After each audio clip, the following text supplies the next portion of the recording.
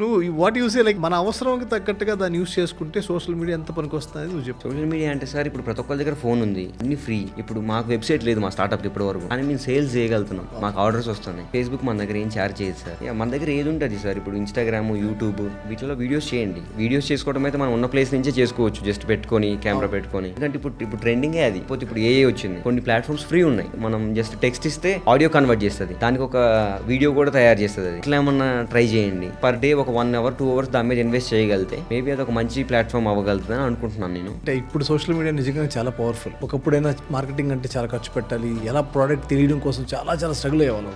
కానీ ఇప్పుడు in hand మనమేమి లక్షలు ఖర్చు పెట్టాలి, మన ఇంటెంట్ కరెక్ట్ గా ఉండి మనం మంచి ప్రోడక్ట్ చేస్తే definitely that automatically it will take you the next level. Necessity the mother of innovations అని. సో ఇన్వెన్షన్ అంటే నెసెసిటీ ఇంపార్టెంట్. ఫస్ట్ అవసరం ఉండాలి ఫస్ట్, దాని తర్వాత మనం ప్రాబ్లమ్ సాల్వ్ చేయాలి. చాలా మంది ఏం చేస్తారంటే ఒకటి కనిపెడతారు, కనిపెట్టి దాని ప్రాబ్లమ్ తోలాడతారు, దీన్ని వాడేవాడు ఎవరున్నారు అని అట్లా తోలాడతారు. అవి కష్టం అవుతుంది అట్లాంటివి. మీ స్టార్ట్అప్ ఫ్యూచర్ ప్లాన్ ఏంటి? లైక్ కంపెనీస్ రీచ్ అవుతున్నారా, లేకపోతే ఇప్పుడు ఎవరైనా ఫండ్ ఇవ్వడానికి ట్రై చేస్తున్నారు, లేదు ముందు మేము ప్రోడక్ట్ ప్రాపర్ గా మమ్మల్ని మేము ఎస్టాబ్లిష్ చేసుకోవడానికి ట్రై చేస్తున్నారా? ఏ స్టేజ్ లో ఉన్నారు మీరు? సార్ ఇప్పుడు మేము ఫస్ట్ టీమ్ బిల్డింగ్ పైన కాన్సన్ట్రేట్ చేసాము. ఎందుకంటే ప్రాపర్ టీమ్ ఉంటే మనం ఇంకా